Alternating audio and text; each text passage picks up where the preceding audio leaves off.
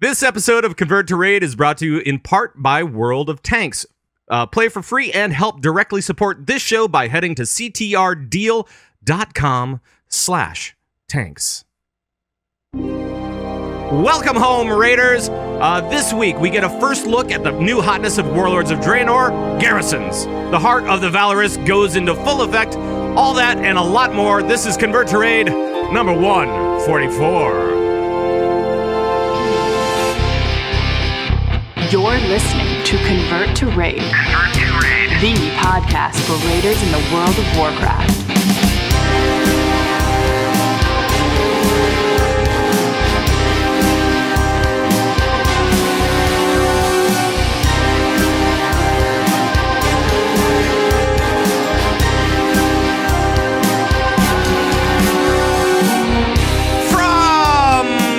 It's not the actual command center. Hi, guys. It's not the command center anymore. We can't call it the command center anymore because it's not. That was the old place. This is the new place. This is the new. Let's see. From the core of the new and improved podcasting power station. My name is Pat Crane. Hi, I'm your host of the show. Same goofy show as always. So, hope you enjoy it. This is a new place, though, new digs. And we've got some people returning to the show. Let's go to Serene, Sweden. And let's go visit with Trekkie. Hey, Trek. Hey, everyone. It's the third time I'm here, I think. Something like that. Good to be back. It's always an awesome time. Yeah, it's good to have you, man. Really enjoy having you and your expertise, of course. On this show, it's great because we have a couple of goofballs. Other than that, especially this one returning from Russia. It is Coltrane. Fortune cookie say. Oh no, I forgot. Yeah, no. I'm back, baby. Oh no. Spaghetti sauce in space is meteor. I don't know. That's the warm up. I gotta get back into it. I've been in Russia for a long time. I've been in Russia. Yeah. You know, it's different over there. How you doing, buddy? I'm good, man. I'm doing really well. Good. That was sent in, actually, this is crazy. That was sent in by Kilroy KT on July 18th of 2013. Whoa, and we're just now getting to it? Yes. Yes. It's been like a year. It's fine. It's been a year. I have a giant vat of fortune cookies. So if you've submitted one and I haven't read it yet, just hang on. That doesn't sound right. I will right. get to it eventually. That doesn't sound right at all. So thank you, Kilroy KT, from a year ago. I wonder if they're still listening to the show. I really have no idea. We hope you are. We hope you are, for sure. Let's probably stop listening because he didn't bring up his fortune cookie. Probably. That's it. Well, hi, fellas. Welcome back, both of you guys, to the show, and me to the show, I guess, because we missed last week. Yeah. So it's good to be back. It's good to be in front of the camera again. Yes. And you're in a new place, man. New digs. It's weird. It's been a very busy couple of weeks since the last show. It was like I shut down the show, and I did all the production on it and everything like that. I packed away the computers, and then like a couple of days later, I had to be out of the old place. And then the next day after that, I had to be into the new place. And I've been setting up ever since. And it's just it's been a marathon. That's awesome. It's really been a marathon. So it's kind of fun. So some of the stuff in the studio is not working properly yet. We'll get there. Right. We'll get there. That's pretty much par for the course for this show, though. Yeah.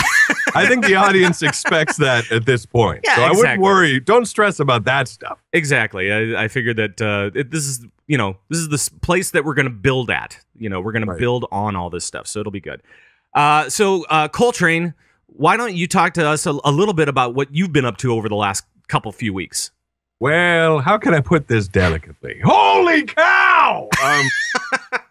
I have with me today. So I went to not just Russia. I did one of those like cruises, like across the Baltic Sea and the North Sea. So I went to Russia, Germany, Sweden, Finland, Denmark, and Holland. Wow. Yes, Wow. in like 2 weeks. It was insane. It was unbelievable. And I brought back with me some facts from around the world. Oh, boy. All right. These are some little interesting facts that I found out personally from around the world. Number one. All right. Everyone, and I mean everyone in Holland and the Netherlands are thin. Like thin. So much so. Uh-oh. We lost Coltrane. You froze. Colt, are you there? Uh-oh. He's catching up. Blah, blah, blah, blah, blah. Okay, here we go. Go ahead. Am I back? Yeah, you're back. Just all right. We had a little freeze. That must have been an awful frame, by the way, that it froze It was a great frame. It was awesome. I apologize. I loved it. Holy cow. So all right, are we back? Yeah, we're back. All right, so I walk into a restaurant, and the hostess, I walk up to her, and she goes, "Oh, you're American." And I said, if you don't mind me asking, I haven't even spoken yet. How do you know that I'm an American? And she looks me right in the eye, and she goes, "Well, you're big." What the heck? So everyone bikes over there. They're all on bikes. Everyone looks great. Number two, everyone in Finland is blonde. And when I say blonde, I mean blonde hair, blonde eyebrows. Every single person you meet is blonde and gorgeous. Like everyone. For a second there, I thought you were going to say blonde eyes. I'm like, no. That is weird. They have blonde eyes. It's insane. Went to Russia. Yeah. Everyone there, and I mean everyone is pissed off. It's really upset. And I think the reason is we were in St. Petersburg, Russia, and it only gets 30 days of sunshine a year. Oof. A year! 30 days! Oh. Now, Trekkie, went to Sweden. Yeah. Went to old Stockholm. By the way, you have terrible beer there. I mean, it is just like off. I don't know. But actually, we were told not to talk about the beer because they say that you're very sensitive about it. Is that true? Me? Yes. What? Well, you're from Sweden. They say Swedes are very sensitive about their beer. I don't know. I don't enjoy many beers at all myself. So, well, there you go. Might be because Swedish might be kind of crap, but gotcha. I know everyone says that German beer is so much better than what. German beer was amazing. Went to Germany. That was unbelievable. Saw the Berlin Wall. That was incredible. Now, in Sweden, I got to see the Vasa Museum. Now, you know what this is, right, Trekkie? Yeah. The pride of the Swedish Navy. So I got to tell this super quick story. So this ship, this is a pirate ship. Yeah. I mean, this thing is massive. This looks like straight out of that movie Pirates of the Caribbean times 10. It's this huge ship built in 1628. It's got like 64 cannons. It's just gorgeous. This massive ship. So back in the day, 1628, they spent years and years building this thing. It's time for the maiden voyage. Everyone's on the deck. Everyone's on the dock. Everyone's all ready. Here we go. The pride, they call it the pride of the Swedish Navy. It's going to lead their fleet. Yeah. It sails away from the dock about 200 feet. A slight breeze picks up from the east, and it sinks. Oh, no. Maiden voyage, it sinks. And the reason was they didn't build the base wide enough, so it was like too vertical. So a little bit of wind hit it, and it sank to the bottom of the ocean for 330 years. It didn't even make it out of the bay. Oh, wow. Anyway, I thought that was crazy. So, but anyway, so the trip was really good. Good. We saw lots of amazing things. Russia, the Berlin Wall was unbelievable. Right.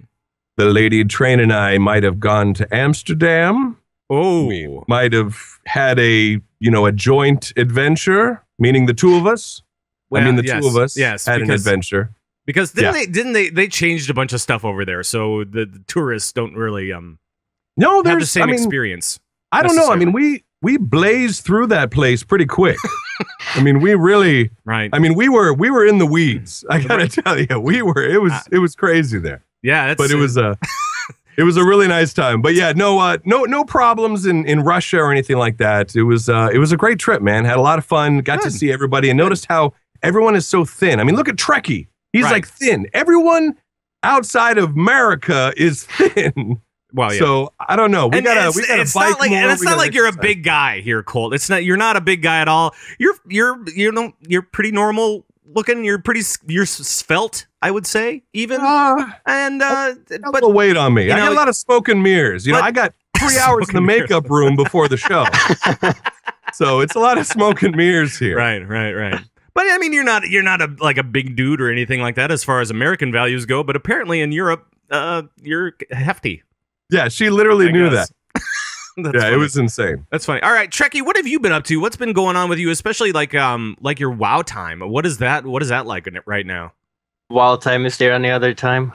Is there? It's like it's like only. It's actually been. I play a lot of Heroes of the Storm as well these days, but generally in World of Warcraft, it's we're now up to like 3 runs a week, so I'm having a lot of fun with just playing different alts and stuff. So. Cool. As always, even if like people always ask, like, don't you get tired of the content? How long have we had this now?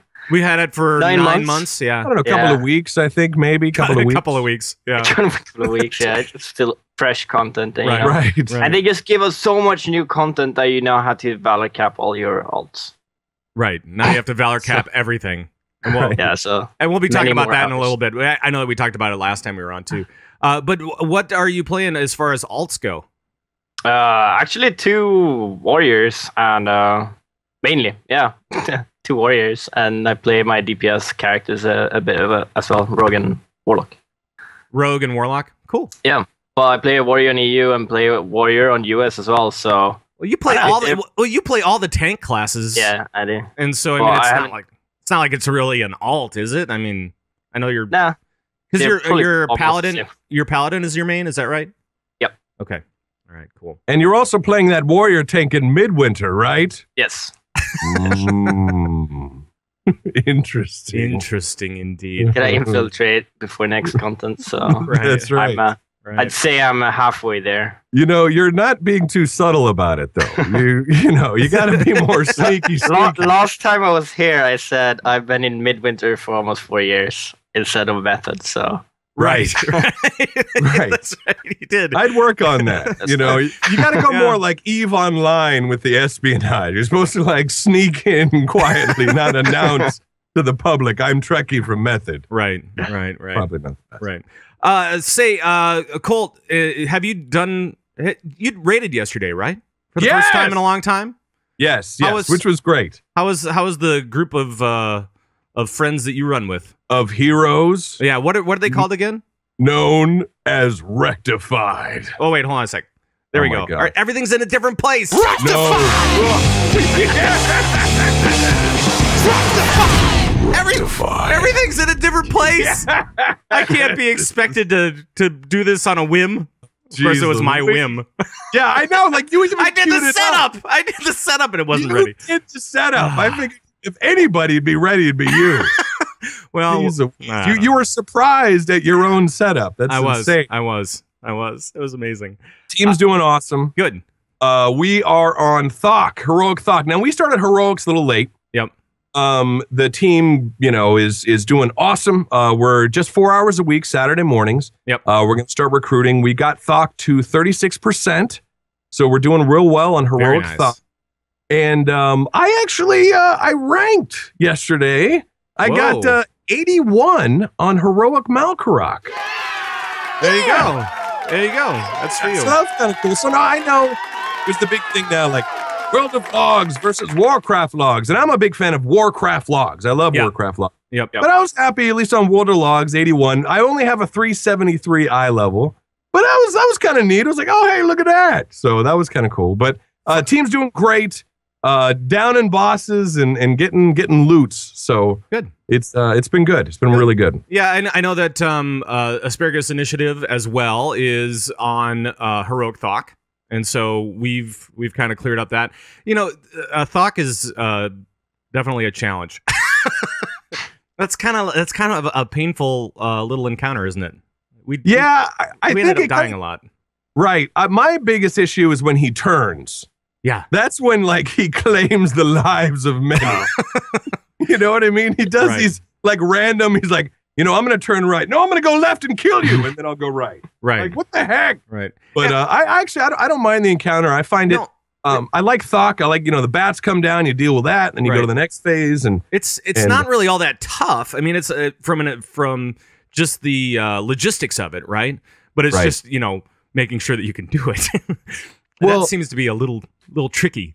What blows my mind here, Trekkie, is that, you've got teams, and like my team, Pat's team, right? We're on Heroic Thok. And we now have these Valor upgrades up the wazoo. Our eye levels, like I'm at 373. 573, right? Yeah, 573. 573. Yeah. Thank you. That's really terrible. 373 was like, that was I'm in like Burning Crusade. Cataclysm or something. Right. Yeah. So what amazes me, and I know this is obvious, but like, what eye level were you guys around when you guys killed Heroic Thok? I think the average was on Thok was 560. 560. Wow, Yep. That's awesome. Wow. On the first kill. So you guys were under geared essentially, and just downing this. That's what makes Method the best in the world, and Blood Legion and all these top end guilds is that you guys can do this. It's incredible. Right. Yeah, I did so much under geared compared to people doing it now, but and then at the same time also you like basically invent the tactics, right. But you spend a lot of hours on it. So it's tough work at least, but Thok especially was a hilarious fight to progress on, in my opinion. So when you were progressing, what were some of the tricks that you guys used? You got any tips for the two of us schlubs here on Thok? Yeah, on or Thok. just in general. On Thok. Well, Thok was kind of weird for us because we tried you stack in 2 groups and then you bring 10 healers and then you keep him in phase 1 all the time and don't ever change him. And Blizzard didn't like that very much, so they fixed that when we were at 22% and wiped the raid. And then after that, we've changed some things around, but I think the main thing is that it's a very different fight from a lot of other healing-oriented fights, because it's very much healing-oriented. At the same time, you always have to pretty much rely on non-costs to do a lot of healing. So you really do. It's kind of weird, and rotating raid cooldowns, all that kind of stuff. So that really, really does help. Yeah. I gotta say one thing. I was talking to some random Blizzard devs. I have no idea who, and I will not say, but they were mentioning how they were watching you guys fighting Thok, and they were all kind of crowded around, and they're watching, and they're like monitoring everything, and then they realized what you were doing, and they were like, "Oh crap! Oh crap! This can't happen. We can't. They can't. They're doing this. We can't have them do this." And they grab something on a flash drive and they had to insert it real quick. And oh no! Let's write the kill code here, fellas. We got to get them out of this. Because you were just saying that you were doing a certain tactic, and then suddenly you guys all wiped or something, and then it changed. Nothing changed. Just at 22%, the boss just insta kill everyone. Oh, and we were like, what happened? We didn't even know. So we were like, okay, some GM just insta wiped the raid so that we would try another tactic because they didn't like this one. No, not at all. I doubt that happened. That's so funny. That's just crazy that you guys are doing this, and there's panicked Blizz devs watching. What are we gonna do? See them running all over the place, just making sure that they get things in lines and wipe the raid. That's awesome. That's so funny. Now I do want to bring up one thing before we head into other pieces of the news, because we pay attention to things like patch notes, especially for alpha for Warlords right now, and they released some new patch notes while we were away, and. So basically what they did is they changed Moonkin a lot. And Celestalon went on and he was talking about how they changed Moonkin. And did they? Yeah, I didn't hear anything about that. They changed Moonkin, and now instead of how the Eclipse works? Zug, I'm joking. Oh, wait. I'm sipping the cup of I didn't see that. I'm sorry. Everything is wonky for me. So I'm sorry. Go on. So anyway, they changed everything for Moonkin, and this comes on the heels of my song that I released last show. I don't know if you guys heard it or not, but it was the Moonkin song. I will release that singly for you guys if you want to listen to it. But they changed everything, and I'm like, this is right after I make this song about Moonkin. And I'm like, well, at least they didn't change the spell names. That's the big thing. I don't want them to change the spell names. So, you lucked out there. Yes, exactly. But at the same time, I do want to blame. Yes! Blame. Celestalon.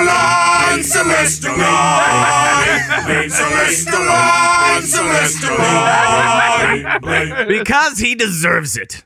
He does. Drink it in. You jerk. I don't understand. Okay, so now, Trekkie, what do you think? Because the essential thing with the Eclipse is that they changed it to a timer of 30 seconds, right? That's one of the big things that they changed with Moonkin. I don't know if this is really manageable, is it? I mean, having some outside force telling you when to go from Eclipse to Eclipse, this doesn't sound right.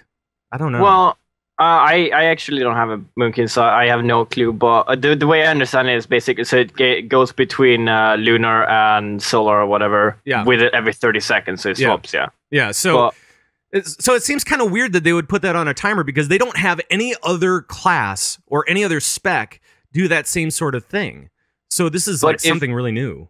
If you do your rotation in normal cases, like wouldn't that kind of do the same, relatively the same intervals anyway? You would think it would at least be half and half, right? So you'd think that it would be, half in lunar, half in solar. Of course, the way that the procs work and everything like that, you can speed that up or slow it down kind of as you want to make sure that you can hit the hardest and blah, blah, blah. So it's kind of weird. And Colt, we saw the mug. Yes. So major overhaul of the old boomers. Yeah. And, of course, naturally, everyone reacted very positively and very calmly. I mean, everyone just really, really read the whole article and really, worked it out and thought it through. And, okay, here we go. No problem. I'm sure this all has leading to somewhere, Get constructive feedback. No panic. Yes. Yeah. No. A lot of uppercase typing. Right. Boomers are getting major overhaul. Major stuff going on. What I saw, like on the tweeters and various forum posts, was initial reaction of what, like you were saying, right? And then now I'm hearing, well, all right, this could be kind of cool. Exactly. That's the way it always is. It's just like, oh, you mean I got to learn something new? All right, okay, I'll do it. Right, I'll do it, but reluctantly. Yeah. No, it's a crazy thing, and this is the thing, man. We're heading towards 6.0. We're heading towards Warlords of Draenor, and there's going to be some major class changes for a lot of us, not just ability pruning and all that stuff. But I will say, I think boomers, I mean, they're getting a major overhaul here. Right. I mean, that's the thing. On Convert to Raid 2, we were doing class guides. And you and I talked, Zug, about like, oh, man, just do like a Windwalker class guide. That'd be fun. It's like, well, but it's going to change completely. I know. Convert to Raid 2 in practice is a lot tougher than the idea of it. Right. Because for those guys that don't know about Convert to Raid 2, we actually started a channel to go into boss guides and class guides, and we started to do it, and it's so tough to manage. Right. It's so much better in type. Yes. In type, you could just change a couple of things and be done. But in audio, you have to redo the whole damn thing. So, Trekkie, have you noticed any boomkins in yours? Are you guys freaking out? Anyone in Method? Are you guys cool? Everybody cool? I don't know. This hit like 2 days ago. I think Raided lost Thursday. I didn't hear anyone freak out about it, but I think we only have one Moonkin in the guild even. So right. I don't know. I'm mostly interested how that's gonna turn out. Like when you're gonna actually use your cooldown, you're gonna wait like 20 seconds for the next to get into the right phase, or is that just gonna be like by default? Yeah, it's gonna be definitely a major switch. So we'll have to see. We'll have to talk to Zoomkins. We'll have to bring him back on the show as we move into the Warlords and just kind of get the update on this stuff, because that's a big thing, man. That's huge. Is. And also, I think class changes are a good thing. I think it extends the life of the game. Hopefully, you just enjoy your new class at the end of it. Right. You enjoy playing it. Right. But it is an adjustment. In fact, every single class has had an overhaul. If you remember, we used to be a rotation. Like all classes, you had a set rotation, and that was it. And now, all the classes have now switched to a priority type system. You know what I mean? Right. But we used to be rotation based, which means, and I remember doing this, even on my death knight, I could just set a cast sequence macro, and just spam one button. And the majority of all classes could do that. I don't want to hear any comments about mages. I do not want to hear it. No, but anyway. So all classes have changed. This is a, it's a way to extend the life of the game. I just hope for the Boomkins out there that they enjoy the end product of it. So hopefully it works out for those guys. Right. Yep. And now that I'm playing Boomkin, I guess I will figure it out. So there. You're not doing Resto? Well, I'm still doing Resto. That Resto's my main, but I've now that I have the 4 set for Boomkin, I've been doing a lot more of that. And kind of really trying to go into like Flex and even LFR and go in there and try to do some damage and try to make sure that I'm getting the right feel of it, because I think that for me, one of the problems that we have in our group is that we have a lot of healers, and sometimes you don't need all those healers on the fight, but you might be short a couple of people or something like that, Right. So it helps to be able to go in there and be able to and help out DPS, even if it's terrible DPS, which is what I'm doing with Boomkin right now. I'm doing terrible DPS, but I'm for the most part still ahead of the tanks on the fights that I've been on, which is always good. But yeah, pretty. I'm a mediocre Boomkin. Just letting we got to get you rocking and rolling, baby. Yeah, I need a whole new set, because otherwise I would have to reforge, regem every single time. I'm not doing that. I'm not doing that. Yeah, no, I don't make enough gold for that. All right, let's move it along. And before we move into the actual rating news, we've got a couple of pieces here, and one of them is about the WoW movie. Woo! Yeah, WoW movie. Mm-hmm. And Ben Foster was interviewed by IGN, and we found out who he is playing in the movie. Didn't we, Coltrane? We did! Yes! He is playing... Now, Trekkie, how do you pronounce it? Medivh? Medivh! Medivh! Right. He's playing Medivh. Right. I used to call it Mediv for years. Yeah. I did, I'll admit that. But yes, he's playing Medivh. Yeah. The mage with emotional issues. So that's good. Right. Yeah, no. And actually, I think Ben Foster is a perfect cast for that, because he has a really great troubled face. Like he does the, all right, now, Ben, in this scene, we want you to look troubled. Like, he can do that really well. That's pretty much every scene that he's ever in. We need you to look troubled. Okay, right. I can do that. That's just my normal face. Right, just look conflicted. Right. But he's a phenomenal actor. In fact, he was great in Lone Survivor. I almost think he kind of stole the show, actually, in Lone Survivor. Cool. He was amazing in that. Really, really talented actor, and really excited for him to be playing such a key role. It's going to be great. Yeah, it is, and it's kind of neat to see them actually talking about how the movie's coming along, about the CGI. He was talking about how it's really cutting edge CGI, and he's not playing anything that's going to need graphic overlays or anything like that, but he's interacting in a world, just kind of the entire World of Warcraft behind him and around him. I can't imagine acting in that kind of environment, but it should be pretty damn cool. So the big thing that I'm excited about is he said that he likes Duncan Jones's take. It's the director. He says that it shows both sides of the war. It shows both sides of a conflict, which is exciting to me. It's not just a video game turned into a movie. It is asking an important question of, where do we limit our compassion for what we consider to be the bad guys? That's awesome. To me, that is Warcraft. There's heroes on both sides. So if Ben Foster is talking about that in an interview, you know what I mean? That means it must really be present in the film and in the movie. So I'm excited that that's where Duncan Jones is going with this. To me, that is Warcraft. So I think, I don't know. It's all looking good. So we got to wait till we see some footage. But so far, so good, man. Yeah.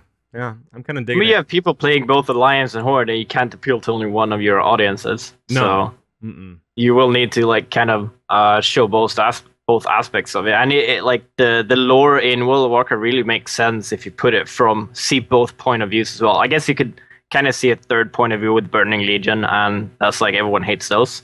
Right. But that's basically orcs versus humans, and I really like that take, actually. So we'll see how it turns out. Well, I mean, you go to BlizzCon and you hear Metzen, and he's like, Alliance, where you at?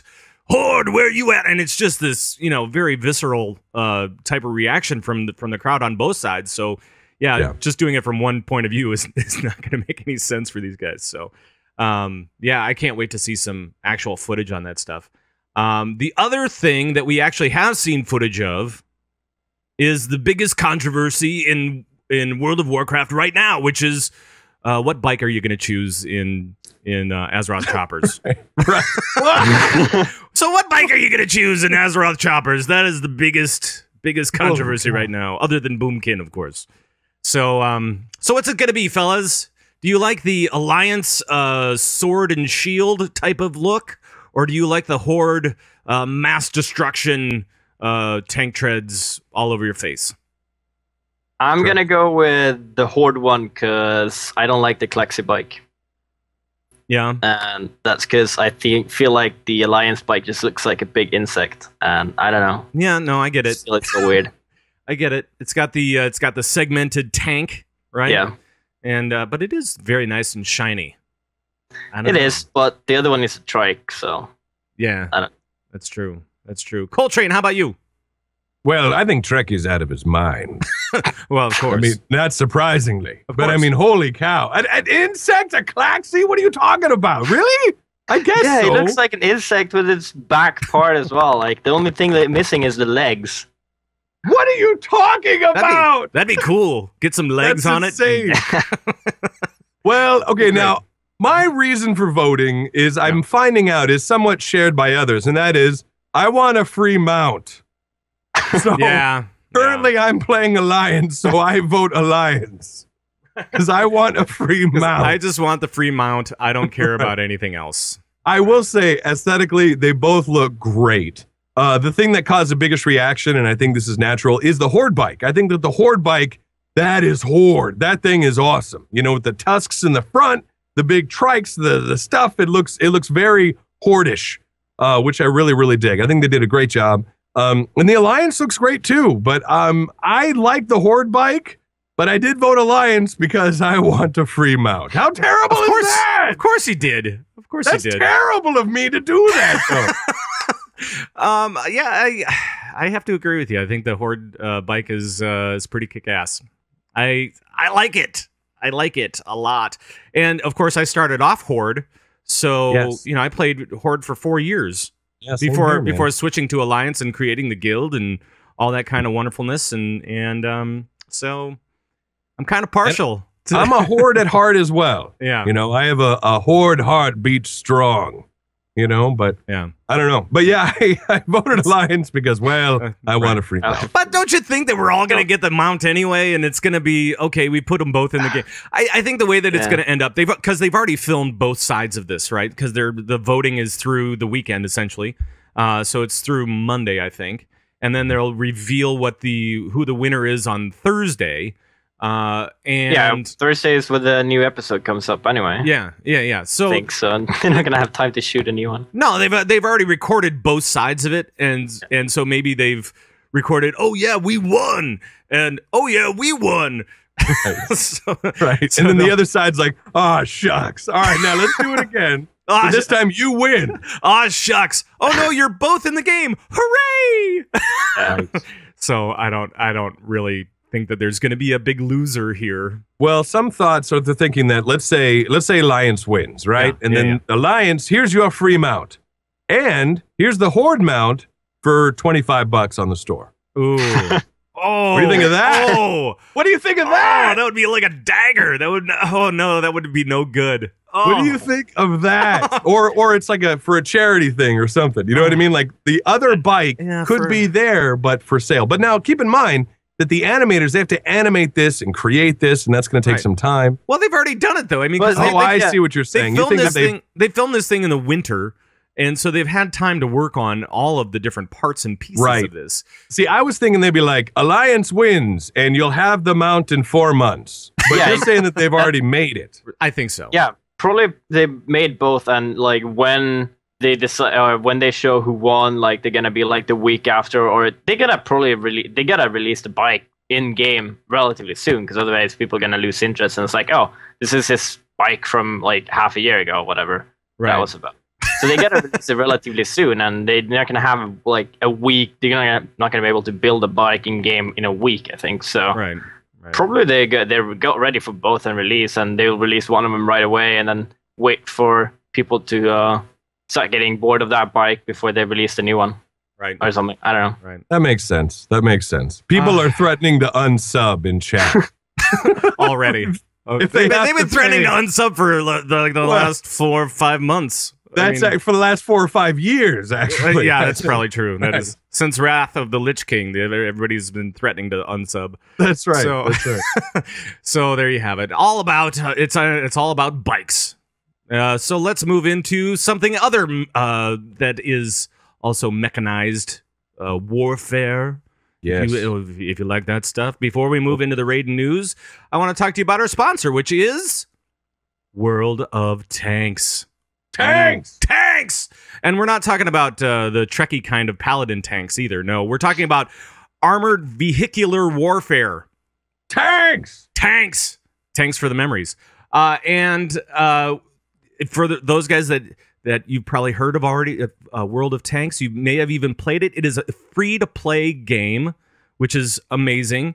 And the great part is that you can actually unlock everything just by playing the game. You don't have to purchase stuff in order to unlock stuff. You can just play the game and unlock everything within it. Very, very cool. Very great way to do this thing. And you guys can actually help us out directly here on the show by going to our URL, which is ctrdeal.com/tanks. And you can pick up the free game and play for free with your buds and go blow stuff up. They've actually got some new stuff now with 9.0, the latest update, and they are doing more historical battles, like Battle of the Bulge. Where Tanks! And you can go in. They've got brand new tanks, historically correct tanks, all new models, new textures, and it's a really cool game if you haven't played it before. It feels the controls are really comfortable. I think it plays really well. I get blown up a lot in that game, but that's me. Right. It's totally me. That's the way I play it. And now that I've got the new studio set up, I'm still looking forward to going back to it. It'll be cool. There it is. It'll be cool. So please help support the show. Go visit our sponsor, ctrdeal.com/tanks, and get your free World of Tanks. Yeah.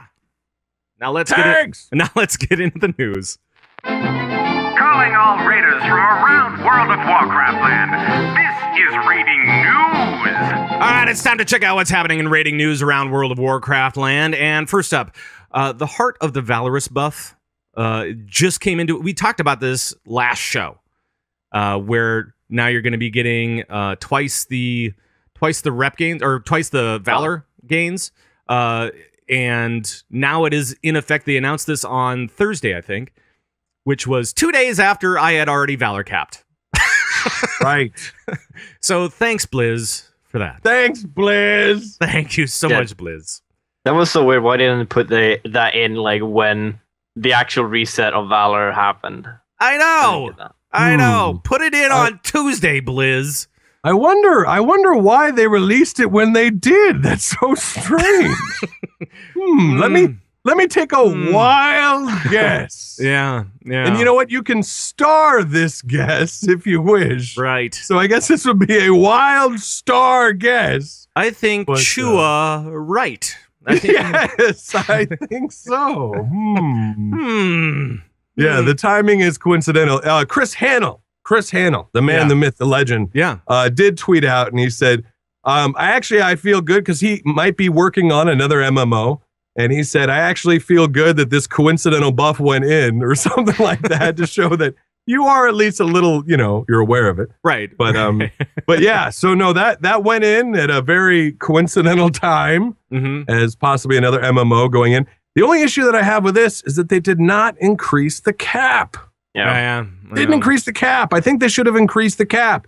If you increase the cap, you double the amount of Valor. I am in, baby. I am in. Yeah. Right. What happened now is I Valor capped in a half hour. Yeah, you Right. valor capped, and then you can spend your time on another game. That's right. That's So exactly it's like right. that didn't make sense to me either at all. I agree. That happened. A lot of people I know, they're like, well, this is great. I capped in 20 minutes and then I can play something else. Yeah, Now I can play the other game that I so wanted to play anyway because Right, it's, because it's brand maybe new. that's what they want. They want you to get tired of that game as fast as possible. Oh, reverse Oh. psychology. I see what you're talking about. I get you. You're sneaky. I like the Right. cut of your jib, sir. So no, but it's kind of weird that that they did that on Thursday. It's good through the 10th though, so we've got a couple of weeks. So it's Doug, it's not weird at all. Come on. no, it's not weird. It's weird that it went in on Thursday. I'm kind of not really happy about that part, but Right. but at least we get a couple of weeks with it before they turn it off again. So actually, I think earlier in the week, I think they were doing like a Heart of the Valorous buff, but it was a 50% buff on Tuesday through Thursday until they announced the 100%. Because I think I was getting 150% Valor. Because I just went to Timeless Isle and bought the stuff. I'm just gonna buy until I'm full. If you've capped it on one character, you basically get it by 50% extra on all other characters. So now you get another 100 on that. So like one heroic scenario is like 375 Valor now. Whoa, One daily. So it's like so much Valor if you get all of it at the same time. that's crazy. That's insane. That's a lot of valor. They got to increase the cap, man. Yeah, I don't know. Yeah, That would have made so much sense as well. The raising the cap, because right now with the extra Valor upgrades that you're able to do, like increasing the cap, increasing the Valor gain isn't really helping much. It isn't changing the situation much. Right. It's just making you okay. Well, you don't have to spend that much time if you want to Valor cap your 8th alt or whatever. But if they would have increased the cap at that point, you would have people actually grinding it out so that they could get closer to fully upgraded faster. right. And especially for a limited time only, that would make a lot of sense because people would make sure that they get their 2k Valor each week for the 2 or 3 weeks it's going to be active. I'm actually playing WoW less because of this Valorous buff. right. It's strange. right. Well, and what do you guys think? Because you guys haven't been able to weigh in on this, at least on this show. You haven't been able to weigh in on the extra 2 Valor upgrades that we now can get on all of our different gear. So you can get up to 4 upgrades per thing. Plus your cloak now, you can get 2 on your cloak. So, Trekkie, what do you think about the extra Valor gains for this latest patch? I have a bit of mixed feelings about it because I feel if you're in a progressing guild, you keep your character up to date and always like upgrade, and you're like stuck on a fight. A lot of guilds are stuck on a fight, like Thok, for example. Yeah. The extra upgrades are gonna be basically slowly nerfing the content, but not too fast, so that you go the next week and you be like, oh, everything is different, everything is so easy. So you have a few more item levels on your whole raid, and you're gonna feel like it's a little bit easier, but you're not gonna feel like Blizzard took away your achievement. Right. Because if you just would have spent a few more weeks and get more about Warforged, you would have had the same gear anyway. Yeah. So it's a very clever way of them to nerf content, in my opinion. Yeah. On the other side, Go ahead. alts that you're not very well maintained with, it's horrible for. Because suddenly you need a whole weeks of Valor cap to upgrade one item that you just got. Yep. Yeah, exactly. So you get one item, you get a new item, and you spend your entire week of Valor capping on that one item. I agree. That's right. That's really weird. Colt, how about you? What do you think about this stuff? Well, old man Coltrane doesn't like it one bit. Oh boy. I'll Really? tell you why. I Oh. do not. Oh, I do okay. not like it. All right.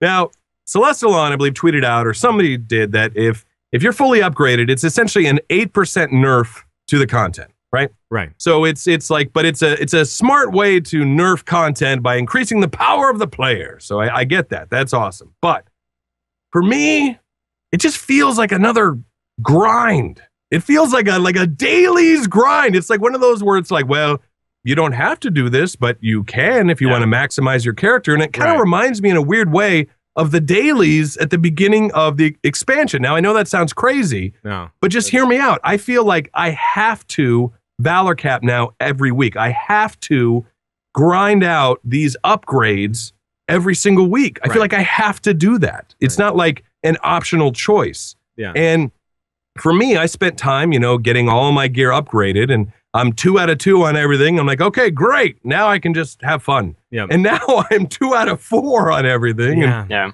And like you said, it takes, because the cap is so small, I got like a heroic Warforged weapon. And I was like, oh, sweet. So I spend my entire week just upgrading that one piece. And then now it's like, okay, come Tuesday, I got a Valor cap because I got to try and upgrade, everything else. So for me, it feels like a grind. It feels like I have to grind up this Valor. And, I would personally prefer that they would just kind of, I know this is controversial, I'd rather they just kind of nerf the content, by 10% or by 8% rather than add this extra grind. Because I'd rather kill bosses, get more loot, rather than like, okay, I got new loot. Oh, now I got a 4 out of 4 upgrade this thing. Yeah. And if you get a non-Warforged heroic piece, then it's like, well, if I spend 1,000 Valor upgrade in this one, and then the Warforged one drops next week, then I need to spend like 750 Valor in the first place for that piece to even be better than the piece I just have now. Right. Yes. And that happened to our Warlock. That happened to our Warlock, Gus. He got a heroic belt, and then this last Saturday, he got a heroic Warforged belt. And he was like, he's like, I just upgraded this all last week. Right. Now I got to do it again just for this one piece. Yep. And I was saying last show that I felt like that this is a very artificial tale on the content, right? So they want to make it so that it's still, okay to go through Siege of Orgrimmar. They want to make sure that people still have upgrades available to them all the time. And if your RNG is not doing well for this particular boss or for this one trinket that you need or whatever, you can upgrade the stuff that you already have to make them a little bit better and make it so that you can play Siege of Orgrimmar and hopefully down those other bosses. And I understand that point, but the way that they did it just is so artificial. It just it kind of it rubs me the wrong way. It does. It's like you can. I talk about it like it's we've all been talking about this as kind of a negative, but that doesn't mean that we don't like the game still. It's just we don't like this one piece.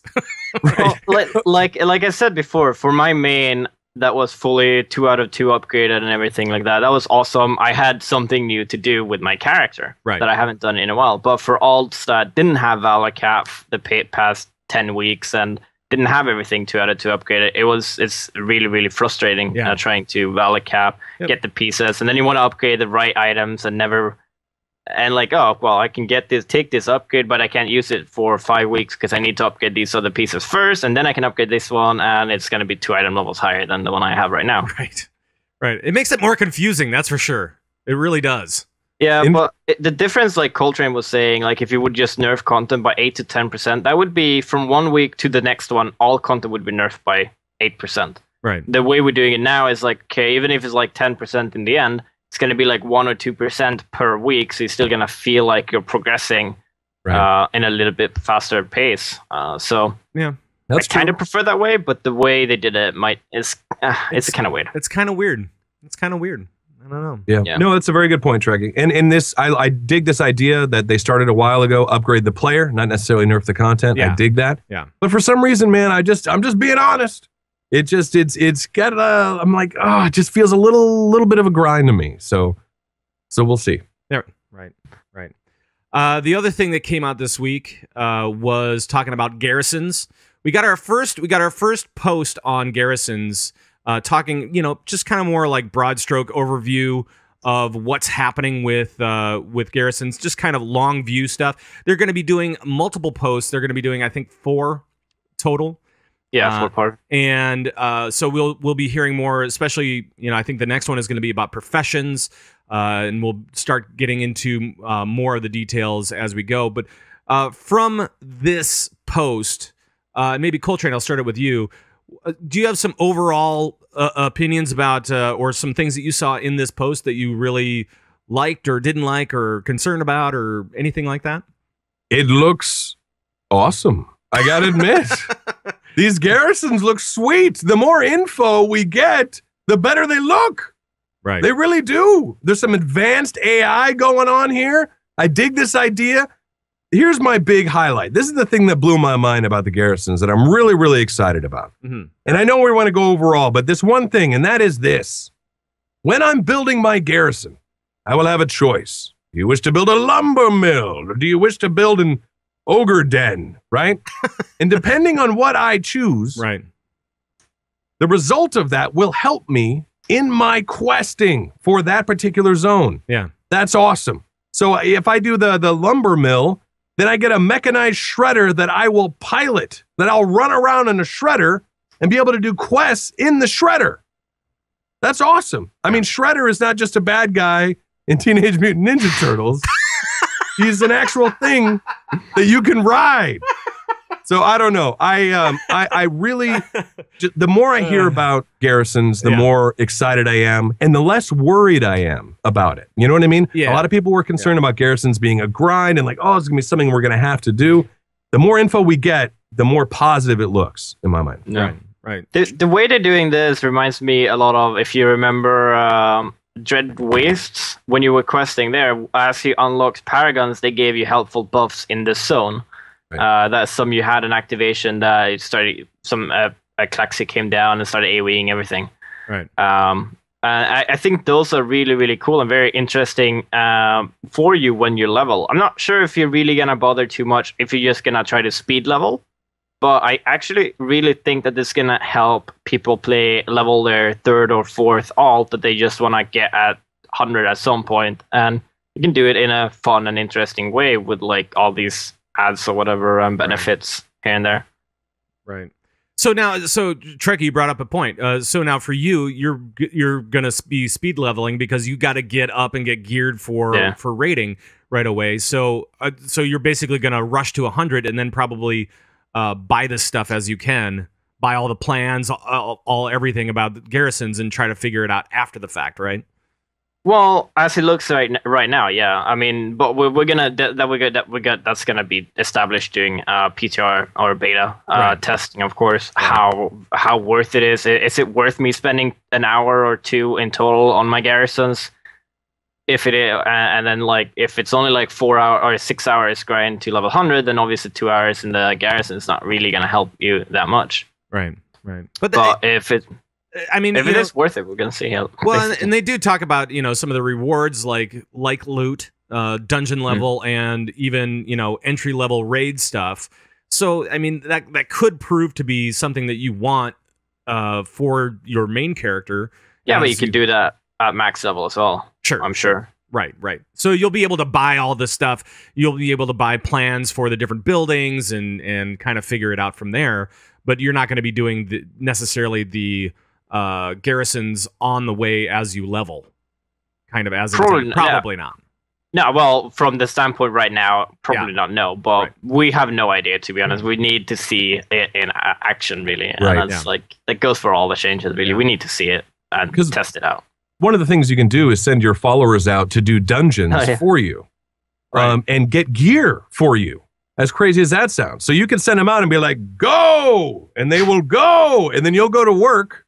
And you'll come home and they'll be like, "Master, check out this cool loot we got for you." You know what I mean? Yeah. And you're like, "Thank you, follower." Like, so I don't know. That might help also the leveling up experience as well, because they're getting loot for you from dungeons. So maybe you're capped out or locked out of a particular dungeon, but your followers aren't. I don't know. Wow. But anything that they can do, that I like it that they're doing stuff for you while you're offline. So while you're asleep, while you're at work. Yeah. They could be either gathering mats or gathering armor and weapons and drops for you. So when you log back in, here you go. You're good to go. So well, let's talk a little bit about some of the specifics of Garrisons as we know them from this post. And I'm sure that we'll talk about more about this in the future as they kind of release the blog posts and stuff like that. And we hope to on this show to be able to talk to maybe some of the Blizzard devs in the future. Hopefully, if everything works out. Knock on wood. Where's wood around here? I don't know where wood is anywhere in my. Oh, here it is. Right there. You can there we go. Hear it. All right. Anyway, so hopefully we'll be talking to some of those guys as well. But here's what we know. Okay, so for buildings, 21 possible buildings, 10 possible plots. So some choices need to be made. which is kind of cool. I kind of like the fact that they're actually making you make choices along the way that will help or change the way that you do things in Warlords of Draenor. So that's kind of cool. Let's see what else. You're not stuck with those choices that you make. You'll be able to change them later if you need to. Also very cool. So you can change out the lumber mill for something else along the way if you find that it's going to be better. The other cool thing is that that I really like is this idea of outposts. You know, when they originally talked about garrisons, they were talking about being all in one. Like, you have to be in Shadow Moon Valley, you have to be in Frostfire Ridge or whatever it is, and you have to. That's where your thing is, but that's where your main garrison is. And then now it looks like we're going to have outposts in different regions depending on what buildings you select. That's cool. That's really cool. I don't know, guys. Do you have thoughts on any of this stuff so far? Yeah, because people really felt left out when they said, like, promise, like, oh, you can pick a spot and build everything wherever, and then they said, no, we're just gonna have it in these spot locations, and people definitely felt like, oh, that's gonna suck. It's like a horde is always gonna be like right. in a frozen wasteland, and the Alliance gets a good Shadow Moon Valley before it got destroyed or whatever. Yeah. And I think this is a really good compromise. It is, and it makes sure that the programming is fairly, at least consistent for everybody. You know, like if you can only have these outposts in certain places, but for the player, you get to move around within the land and kind of have these different little places for you to visit, which is cool. Yeah, and it kind of makes you feel as a player, even on a subconscious level, that you're helping to build your own outpost, your garrison, you know what I mean? Right. Like, you're spreading across the world to help defeat the Iron Horde. Yeah, like that's kind of a cool thing. And that was kind of one of the other cool things. One of the other cool takeaways from the Garrison talk was this idea of raising an army capable of toppling the Iron Horde. You know, and I never really thought about it too much. I just wasn't, that deep into the role play action of it. But this actually sounds really cool. Like it'll feel right. It'll feel like you're building your army, your people, your force against the Iron Horde. So that's pretty cool. And I dig it too that they level up. You know what I mean? They level up with you as well. Yep. It's kind of a cool thing, man. You like having little dudes that are doing your thing.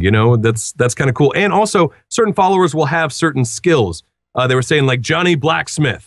Yeah. Obviously is going to be your blacksmith. You don't want to stick him at the alchemy table. Let's stick him in alchemy. Let's do it. Yeah, let's see what happens. He's not going to do much. He's going to sit around and go, why am I here? That's right. But also on the same token, I would assume that would go towards combat as well. You know what I mean? Yeah. So I'm excited about what they're doing here with the followers and where that's going to go. The big thing I'm looking forward to is actually going to be the next one, where supposedly they're going to be talking about professions and how that can benefit you. Yeah. The big thing that I want to know is, can I be a leather worker and skinner so I can level up my leather working? But if I have an alchemy table, will this alchemist, my follower, be able to make enough pots and potions so I'll be satiated? He'll take care of me. Is it going to be like having a third profession in a way? Right. That's what I'm curious, is how potent and how good are these blacksmithing tables and these alchemy tables going to be in the garrisons? What they did say in the post was it'll give your character access to more than just the normal 2 primary professions. And like you said, this is all gonna be in the next post. So that is something that is gonna be big stuff, especially for raiders. And Trekkie, I'm guessing that you're probably looking forward to that one as well. Yeah, I mean, like Coltrane is saying, I'm just really wondering, like, what the extent of it is going to be. Like, we know the broad strokes of, like, okay, well, you can build an alchemy table or whatever, and it's going to help you do some alchemy or whatever, or your followers make it. If that's going to mean that they will supply you with some potions, like, on a random timer or whatever, or depending on how many followers you allocate to your alchemy lab, I don't know. Or if it's just going to be like, oh, okay, well, you've worked this progress up, so if you turn in these maps to this guy, they can make the potions for you. Right.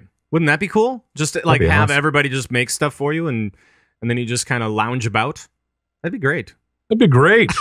Kick back. That way you don't have to bother anyone else to make your potions or flasks for you. Now, one of the other things that I thought was interesting is that they were talking about how they don't want people to feel like this has to be like content that you have to manage all the time and become the next, dailies 5.0 in 6.0, basically. So they want to make sure that it doesn't feel that way.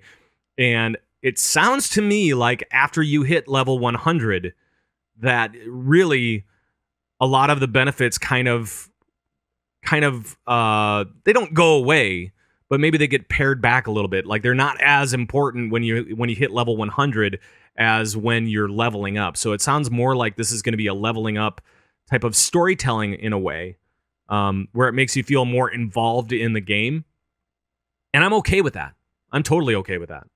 I think that could be really interesting. I'm not saying that, I don't know what happens at level 100, but from what was said, and I'm trying to find the quote here. So we don't want to make players feel like they're required to spend more time than they'd like laboring away on it after they've reached level 100. We recognize that there's a fine line between introducing a system that provides cool bonuses and adding chores that feel necessary for cutting-edge endgame progression. They finally learned that from 5.0. They learned that from Miss Pandaria. That was one of the big takeaways. So that's good. Guys, do you have any thoughts on what that actually means? Sure. I don't know. To me, it just comes back to the original point I made. Like, is if you like.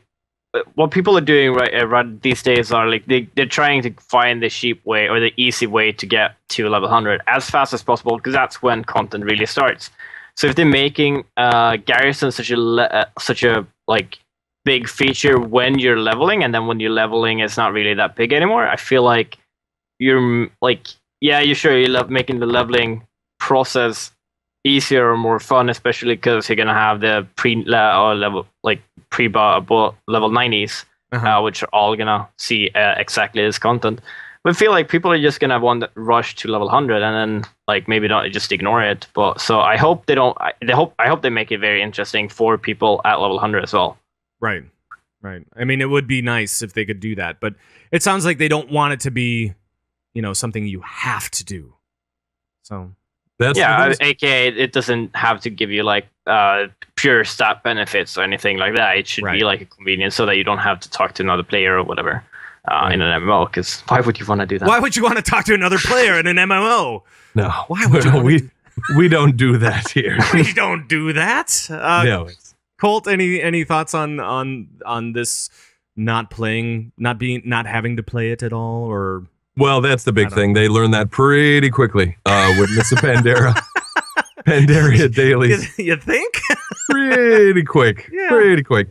And it's a funny thing because gamers, if they see something, gamers have this need, I think, to do everything. There's no optional content. They're gonna feel like if I have a blue arrow on the screen, I have to do it until there is zero benefit. I will say this though. If there's a benefit, they will have to do it. We saw that with the dailies. If you wanted to get your valor, if you want to get your gear, if you wanted to get your rep up, to unlock gear, blah, blah, blah. So they've learned their lesson. We see the new stuff with Timeless Isle, and that is going to be carried over into Warlords, which is going to be great. I think that the Timeless Isle style of play is phenomenal. It's kind of a cool way to do it. More events, more stuff happening in the world that's more random versus just daily. So, well, and it sounds like, based on your building, you'll get the different outposts, and based on the outposts you'll have different quests, and you'll be able to kind of make it a little bit more dynamic, a little bit more choice-driven type of stuff, and a little bit more of like a full story for your character going through Draenor, which is actually pretty interesting. I think that's kind of cool that if you can it's like the choose your own adventure book, right? So you're exactly. So you are a shark, right? But in your main, let's say you choose the shredder. In your alt, this time you choose the ogre guy, and you'll have a different type of thing. So there is some choice, and so it'll make it different the next time you're leveling up your alt or whatever else. So everything with Garrisons, it's looking all positive. And like Trekkie said, we'll know in beta whether it's worthwhile to do while leveling. I think I'm going to do it no matter what. But for these, progression-based world-first guys like Trekkie, that's something that they're going to figure out, I think, in beta. Once they look at the numbers and they figure out all the data, and then they'll go forward with that. Cool. All right. Well, I think we're going to move along. We do have something for leading the raid. We've got kind of like a little idea for you guys, because we know that there's a little bit of a lull in the content right now. So we've got an idea for you. But first, I want to talk to you about another sponsor for this show, which is Audible. You got to love Audible. And I've been with these guys for, gosh, I don't know, like 2-3 years, and I just love it. And if you guys are watching podcasts or listening to podcasts, this is a perfect fit for you guys, because they just have some really amazing content, including like the last Warcraft book, right? So War Crimes is out now, and so you can find out what happens to Gary or Garrosh. Either way, it doesn't really matter. But you can find out what happens to Garrosh after the Siege of Orgrimmar and all that kind of stuff. And you can help us out by going to audible.com/gamebreaker, and you can try Audible free for 30 days and get a free audiobook. And one of those things can be War Crimes. So let me paint the picture, not with words, but with audio. And let's do it with actual audio clips from War Crimes. Here we go. You should not have stopped Goel from killing him, Your Majesty. There is no other justice for that monster than death, and even that is more merciful than what he has done. The Ranger General's voice was sharp, and Jaina couldn't blame her, especially as she completely shared Varis's sentiments. Garrosh Hellscream had been responsible for the destruction. No, that was too kind, too clinical a word for what he'd done, the obliteration of the city-state of Theramore. The deaths of hundreds, all occurring in the space of a heartbeat, could be laid at his feet. Cool stuff. Spoiler alert! Yeah, exactly. Spoiler alert! But that's Christy Golden's new book, and it's War Crimes, and it's out on Audible right now, so you can pick that up for free. Try Audible free for 30 days. Get your free audiobook. Audible.com/gamebreaker. Please go do that right now, please. So there we have that, and now let's jump into some Leading the Raid.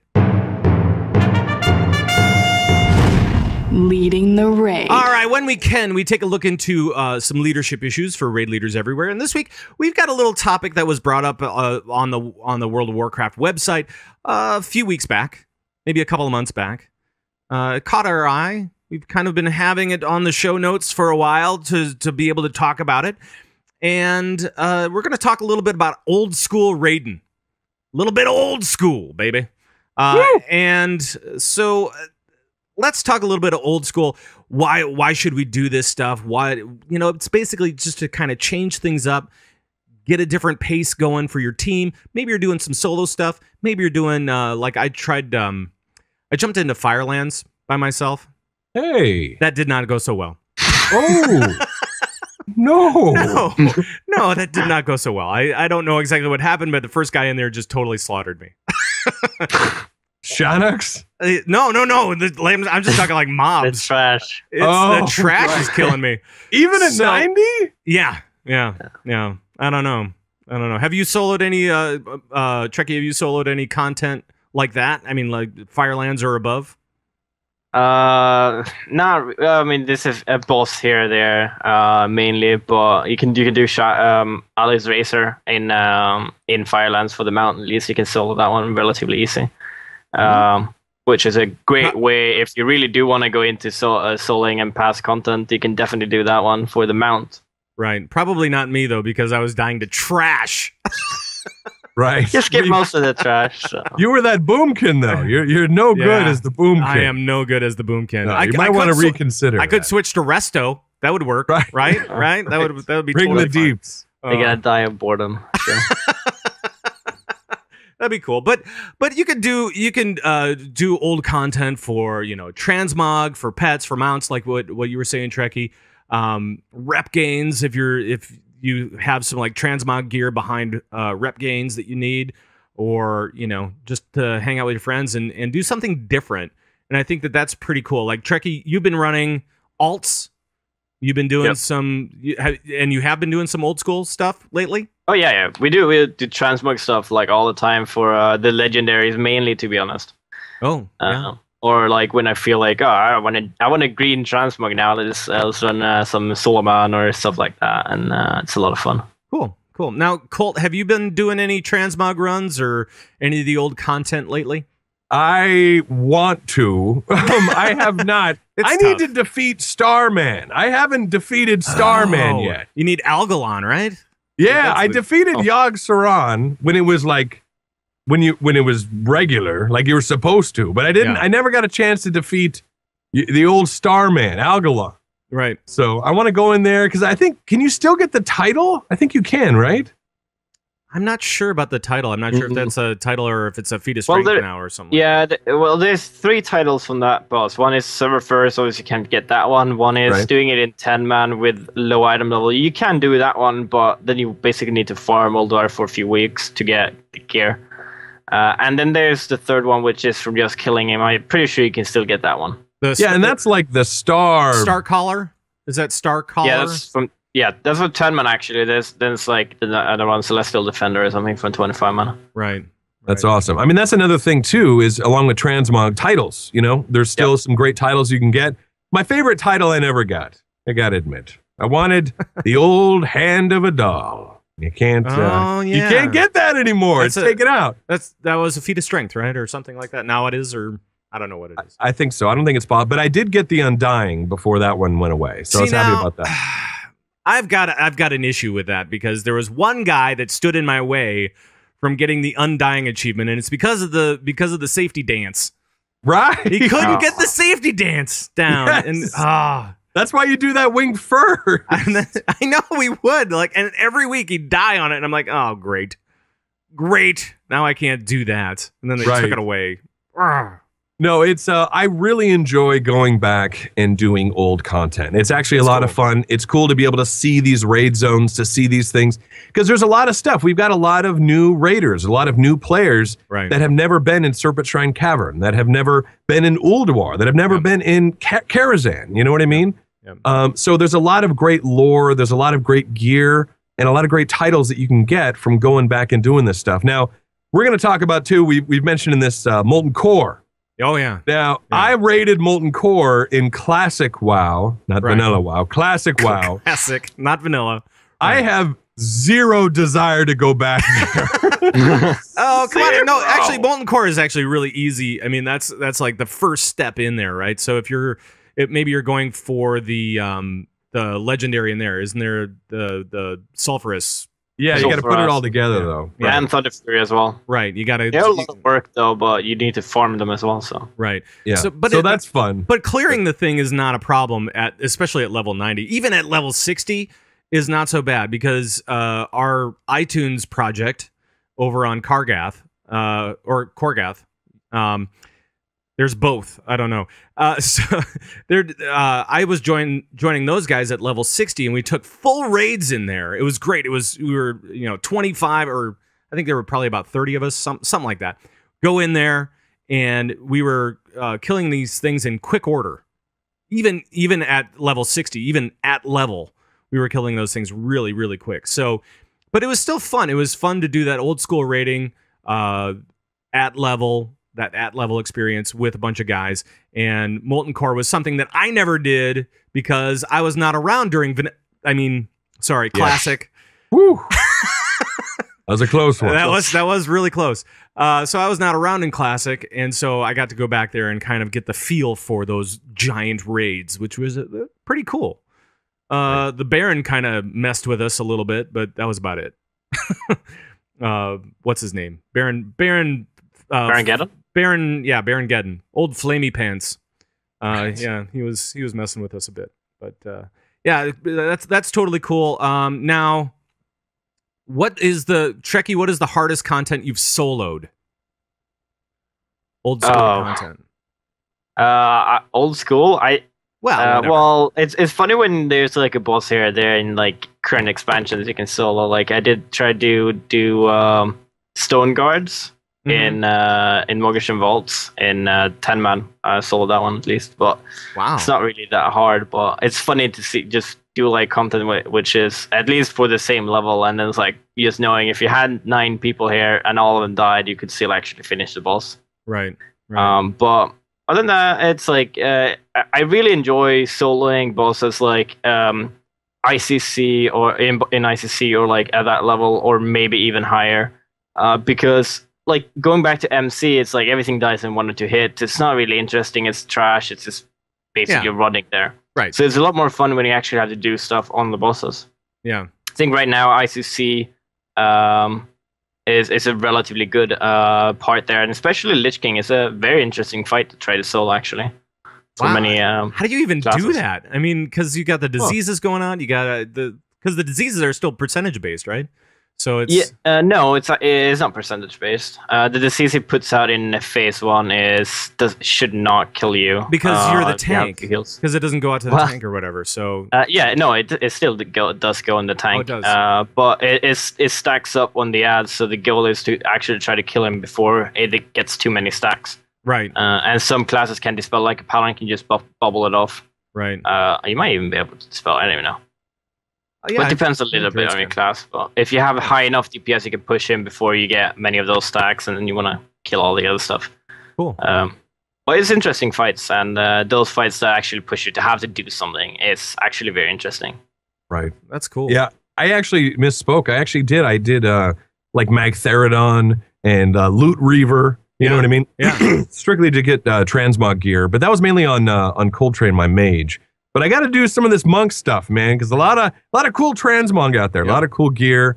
I mean, it doesn't look as good as the new tier 17 monk gear. I mean, that's incredible. But anyway, right. No, I'm kidding. Just joking. Well, I was doing this.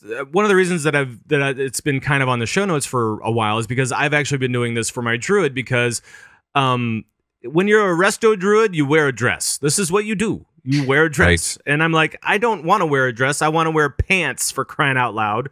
So I went out and I did a bunch of BC content because that was where you could wear pants. And so I was doing like Girls' Lair and all the different dungeons and sneaking around to the end guys and blowing them up and usually attracting quite the crowd once I hit the end guy and I had snuck past all the guards. And as soon as you touch him, like this crowd of like 30 or 40 mobs just comes charging at you. And it's pretty fun. It's pretty fun stuff. So I just think that it's good to remind people that there are a lot of different options for you if you are maybe a little bit tired of Siege of Orgrimmar, or if you want to get some transmog gear, or if you want a different experience. You can go in and take less friends, but still take friends and go do this stuff and just have some fun. Yeah, it actually gets boring if you just bring too many people. So if you go back to doing those old instances like ICC or whatever, bring 2-3 people, and you're actually gonna have to do some mechanics on a fight or two. Right. Rather than just face rolling them. Yeah, and maybe I could grab a friend to go into Firelands and help me get down past the trash. help me down that first molten guy. Right. So, I don't know what it was. Just died right away. I'm bad. Anything else on this, guys? Otherwise, we can move into some Q&A. Let's do some Q&A. All right, sounds good. Let's do it right here. We've got mail. We do, and if you have a question about anything for us, about rating or whatever, just let us know. We'll try to answer it on the show. You can email us at converttoraid@gmail.com, or you can call our raid line, which is 612-787-RAID. That's 612-787-7243. Or you can join us during the live show, blah, blah, blah, as I stumble over my words. You can try to grab our attention through the chat, and we'll see if we can get to it. And today we've got a few questions here. And Coltrane, can you kick this one off for us, please? Sure. This is from Short View, a dwarf pally. Short View. That's Short awesome. View. That's funny. That's funny. That is awesome. From Sylvanus EU. It says, hello, Convert to Raid team. I play a Ret Pally and need some advice. I love the play style and the burst. I've mained Ret for the past 2 expansions and feel like I found the class and spec that suits me. And now I'm looking to get into normal rating after completing LFR and Flex. That is awesome. My problem is that because Holy and Prot are so strong and much more desired in a raid team than Ret, that I can't get into pug groups. And when asked about my second spec, I reply with, I'm just a Ret and a PvP Ret. I tried Holy and didn't really like it. Prot was really cool, but I struggled with HOF. I'm signed up to openraid.eu. I finally found a really fun guild with all my in real life friends and would be very reluctant to move guilds. I'm not very confident on starting a team as I have a constantly shifting work pattern. Please help and guide me to the promised land of normal raiding. So we're talking about getting into normal raiding with all these different little obstacles in your way. And Trekkie, do you have any thoughts on how you might be able to get into it? Well, the fun thing about Siege of Orgrimmar now is that you can actually do it completely cross-realm. You don't need to change guild or server or anything to actually play with it. You might need to change to faction. But otherwise than that, so if you can like convince another guild on Open Raid to take you along through Real ID, that to at least just see if you're a good fit or whatever, that's a good way to find out, like, get friendly with a new guild or whatever. Sure, and without actually leaving your friends behind. And now that your main is a paladin, so I mean, what do you say to somebody that is playing Ret right now? I mean, how is Ret? I have no clue. We have no Rets in the guild, and the only reason I have a Ret spec is because before you actually need to respec to the other spec to coin, so I respec to Ret every time I was going to coin. Oh, sure. That's the only reason I have Ret, and I have not used that spec since. So you're Prot all the way. You're not even Holy. You're just like, oh, screw it. I'm only rolling Prot on this. Okay. From what I hear, Ret is doing, it's okay. It's not. It's not great, but they're not like so far behind that you can't have a useful Ret at all. Like if you're a good player and you have like the same gear as everyone else in the raid, you won't be like half their DPS or anything. Right. So I mean, you can definitely be of use to the group, and if they really, really need just a paladin, then yeah, sure, they might go with a healer or a paladin tank instead. But I don't really see much benefit for that outside, like if you really, really need buffs for like Tok is really one of those fights where you might need a paladin. But even a Ret there is really fine there. So. Sure. As long as you're giving out the same buffs and you have the same cooldowns and stuff like that, you should be wanted at some point, right? Yeah. Colt, how about you? Do you have any thoughts on how this guy can get into normal raids? I think what Trekkie said is great. I think that makes a lot of sense. He's already doing things like sign up to openraid.eu, which is huge. Siege of Orgrimmar being cross-realm is huge. It makes it so much easier to get into a normal raid. Also, monitor trade chat. Trade chat. Sometimes you'll see little things for trade chat. What is that? Oh, that's that thing that I try to avoid at all costs. It's not used for trade. It's used to speak to everyone and to link abilities. Yes. And to form raid groups apparently. And talk about Thunder Fury. Yes, exactly. That is what it's used for. Right. But everything that Trekkie said is spot on. You know what I mean? Yeah. I mean, we have in Convert to Raid a CTR LFG, a specific channel just for people looking for groups, looking for raids for both raiders and raid leaders. So that's definitely very helpful. I don't think this individual has that. Congrats on playing Ret, by the way. Ret's great. A lot of people out there. I know NFL from Final Boss TV has been a hardcore Stone Cold Ret for years and continues to be. And I think, Ret's actually doing okay. They're not bad. They're about middle of the pack. Yeah. And I've heard rumors they might be getting a little buff heading into Warlords. So good. So that's I dig Ret players or players that they enjoy the class. And that's what you need to do. If you enjoy playing the class, you will continue to play that class. Like Torage, Warrior, no matter what. He's sticking with a Warrior. Warrior could end up at the bottom of the meters. He's still playing a Warrior. Dude. Same with some of those Ret pallies out there. Let me tell you. Torage, he's on the Asparagus Initiative and played with us for a long time, and it doesn't matter where warriors are on like raid bots. The website for raidbots.com is where they kind of show the and they do this with Warcraft logs as well now, where they're showing kind of where people fall, where the different classes and specs fall in respect to everybody else. Doesn't matter where warrior is on the chart at all. Torridge is top of the meter. It doesn't matter. It doesn't matter. He knows exactly how to play his class, and if you are a really awesome player like that, you'll shine no matter what. I mean, that's great. Yeah, that's definitely the cool part. Most definitely. The thing with those ranking sites as well is that they take like the top parsers and look, warlocks are doing really good, but that doesn't mean that if you have two people of the same skill and you have one warlock and one of another class, that the warlock will becoming that much will end up that much higher in the DPS. It just basically means that they have the potential to do more damage. Numbers, if it's useful damage, that doesn't mean the same at all. Yeah, and it's definitely about potential. It's not about not about what you are going to do. So it also, and what's important is just do whatever the best you can with your character you have, because that's really all it can do. Because re-rolling and re-gearing is not really going to help your raid right away either. Right. Well, you know what, guys? I think that brings us to the end of the show. I think this is a good first show for me to come back to. Get my feet wet in the new place and try to check it out. So let's wrap things up. But before we do, we didn't do 5-star reviews, did we? No, we didn't. No. So we'll get to those next time. You know, you got to forget we're under construction here at the studio right now still. But oh no, not that one. But I'm wondering if you guys have any shout outs to anybody out there that you want to give. Coltrane, you got any shout outs this week? Well, you know, believe it or not, we were talking about World of Tanks earlier. This is kind of a strange thing. Taugrim, Taugrim.com has some excellent guides for World of Tanks. Really? So if you're looking to check out World of Tanks, go to Taugrim.com.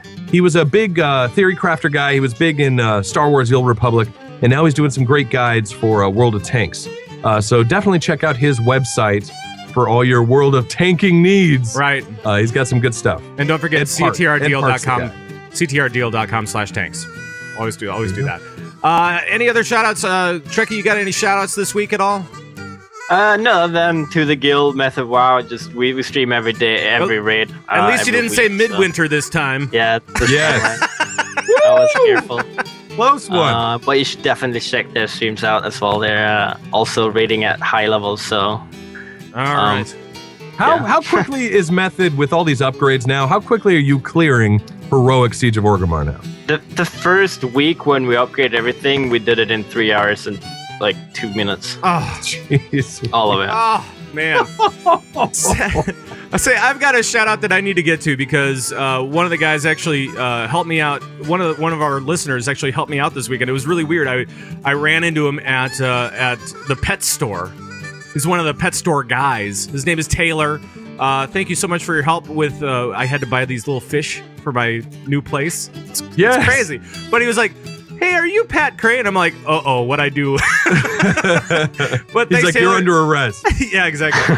And also a shout out to the 9 to Midnight raid team for Flex Run on Friday.